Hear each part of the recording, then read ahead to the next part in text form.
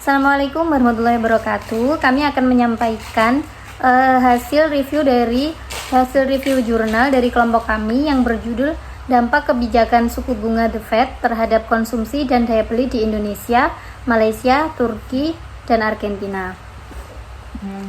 Langsung saja ke pembahasan pertama, yaitu kebijakan suku bunga The Fed dalam 5 tahun terakhir. Yang pertama ada periode tahun 2019 sampai 2020, era pandemi dan lockdown. Nah, pecahnya pandemi COVID, salah satu krisis ekonomi terbesar sejak Great Depression, kemudian memicu gelombang lockdown pada tahun 2020. Nah, situasi ini berdampak negatif bagi perekonomian, tingkat pengangguran melesat dan produktivitas merosot. Nah, pada Maret 2020, The Fed merespon dengan menurunkan suku bunga acuan atau Federal Funds Rate dari 1,00 sampai 1,25% menjadi kisaran 0,00 sampai 0,25%. Selanjutnya yang kedua yaitu periode tahun 2022 sampai 2023 menjinakkan inflasi. Nah, The Fed menaikkan suku bunga dengan skala jumbo pada setiap rapat FOMC sejak Maret 2022 untuk menjinakkan inflasi. Nah, The Fed mulai menaikkan suku bunga secara agresif, yaitu Maret tahun 2022 sebesar 0,25%. Nah, selanjutnya Juni 2022 sebesar 1,75%. Yang ketiga yaitu September tahun 2022 sebesar 3,25%. Selanjutnya pada Desember tahun 2022 sebesar 4,50%. Nah, yang terakhir yaitu Juli pada tahun 2023 sebesar 5,50%. Selanjutnya yang terakhir yaitu periode tahun 2024 normalisasi kebijakan. Nah, pada akhir 2023 konsensus memperkirakan The Fed bakal memulai penurunan suku bunga pada Maret 2024. Perkiraan tersebut terus berubah-ubah karena data inflasi AS Amerika Serikat awal tahun ini ternyata lebih tinggi dari ekspektasi. Berdasarkan data per akhir Februari 2024, konsensus telah memundurkan perkiraan awal penurunan suku bunga The Fed sampai Juni 2024. Sedangkan Federal Reserve masih menekankan terlalu dini untuk mempertimbangkan penurunan suku bunga. Saya akan membahas tentang bagaimana respon bank kebijakan The Fed. Nah, yang pertama itu ada dari Indonesia. Jadi, Bank Indonesia sendiri ini memilih untuk menaikkan suku bunga di tingkat 6% pada November dan Desember 2024. Meskipun adanya ekspektasi penurunan suku bunga sebagai respon terhadap kebijakan pelonggaran moneter. Terus untuk menjaga stabilitas nilai tukar rupiah yang ditekankan oleh penguatan dolar Amerika AS. Terus Gubernur BI sendiri juga menyatakan bahwa kebijakan suku bunga sejalan dengan tujuan menjaga inflasi dalam target 2,5% pada tahun 2024 dan 2025 serta mendukung pertumbuhan ekonomi berkelanjutan.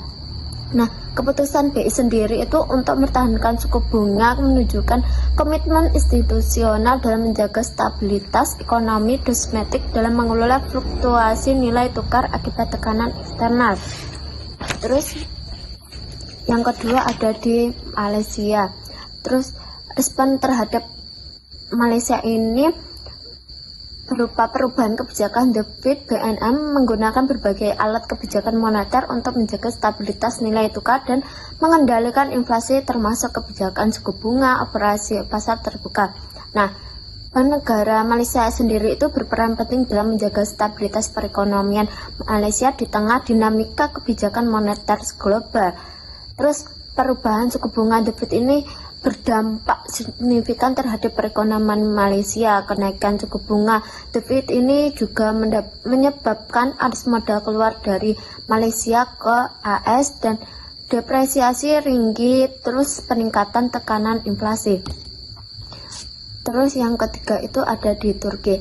Nah, Bank Sentral Turki menaikkan suku bunga komitmen kebijakan moneter. Bank memutuskan untuk menaikkan suku bunga kebijakan dari 45% menjadi 50%. Nah, keputusan tersebut itu diambil sebagai respon terhadap inflasi prospek yang memburuk. Tujuannya untuk menjaga stabilitas nilai tukar, mengatasi tekanan inflasi, dan mengurangi defisit neraca transaksi berjalan. Terus, selain itu, tetapi inflasi tahunan kembali meningkat pada Februari mencapai 67,1%. Terus bank tersebut itu tetap mempertahankan suku bunganya tidak berubah pada Februari setelah menaikkannya dari 8,5% menjadi 45% sejak Juni tahun lalu. Nah, Bank Sentral sendiri itu menegaskan bahwa kebijakan moneter akan tetap ketat dan dapat diperketat lebih lanjut jika terdapat indikasi penurunan inflasi yang signifikan dan berkelanjut. Nah, yang keempat itu ada di negara Argentina. Kenaikan suku bunga oleh The Fed ini menyebabkan arus modal keluar dari Argentina yang mengakibatkan depresiasi peso dan kenaikan inflasi domestik. Nah, serta mengurangi daya beli dan meningkatkan konsumsi. Terus selain itu, menaiknya suku bunga itu untuk menjaga stabilitas moneter dan mengendalikan inflasi, tetapi meningkatnya biaya pinjaman bagi rumah tangga dan juga bisnis. Terus dominasi dolar AS dalam sistem keuangan global sangat mengganggu stabilitas ekonomi Argentina dan menyebabkan tekanan saat dolar menguat akibat kebijakan Federal Reserve. Nah, untuk mengendalikan arus keluar modal pemerintah dan BCRA mempertimbangkan kontrol kapital yang meskipun memberikan stabilitas jangka pendek berisiko menghambat investasi asing. Nah, selanjutnya akan dijelaskan oleh ini. Pembahasan yang selanjutnya yaitu ada perubahan nilai tukar mata uang dan implikasi terhadap daya beli.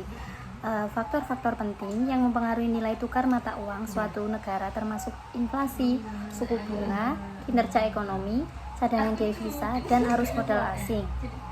Inflasi yang tinggi dapat menyebabkan harga barang dan jasa menjadi lebih mahal. Suku bunga yang tinggi meningkatkan daya tarik investasi. Nah, faktor lain yang turut berperan adalah cadangan devisa yang dimiliki bank sentral berupa aset dalam bentuk mata uang asing. Selain itu, kinerja ekonomi yang baik seperti pertumbuhan PDB yang stabil dapat meningkatkan daya tarik investasi asing sehingga memperkuat nilai tukar mata uang domestik. Terakhir, arus modal asing juga mempengaruhi nilai tukar. Investasi asing langsung atau FDI atau investasi portofolio dapat meningkatkan permintaan mata uang domestik. Sebagai contoh, perusahaan multinasional yang membuka pabrik di Indonesia membutuhkan rupiah untuk membayar tenaga kerja dan membeli bahan baku, yang meningkatkan permintaan terhadap rupiah dan menguatkan nilainya. Sebaliknya, jika investor asing meninggalkan pasar saham Indonesia karena ketidakstabilan politik, permintaan terhadap rupiah menurun yang dapat menyebabkan pelemahan nilai tukarnya. Nah, faktor-faktor ini saling berinteraksi dalam menentukan dinamika nilai tukar suatu mata uang. Materi yang terakhir adalah pengaruh suku bunga The Fed terhadap konsumsi.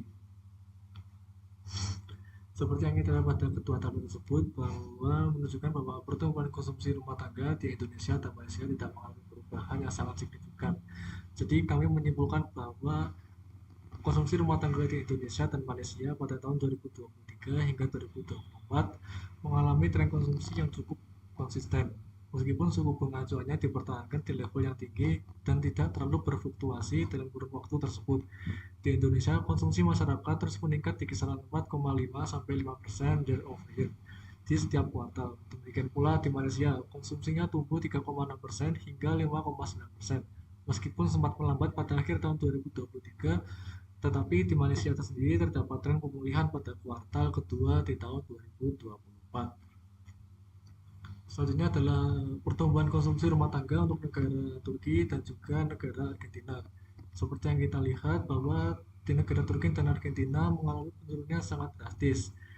Berdasarkan hal tersebut, kelompok kami menganalisis bahwa Peningkatan suku bunga The Fed itu memberikan dampak yang signifikan terhadap konsumsi rumah tangga dan daya beli masyarakat di Turki dan Argentina selama periode 2023 sampai 2024. Di Turki, pertumbuhan konsumsi rumah tangga mengalami penurunan yang drastis pada kuartal pertama 2023 sebesar 4,1% dan menjadi 0,3% di akhir 2024.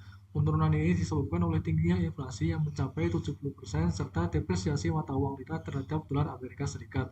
Sementara di negara Argentina mengalami dampak yang lebih parah dengan mencapai zona negatif yaitu negatif 4,2% di akhir tahun 2024.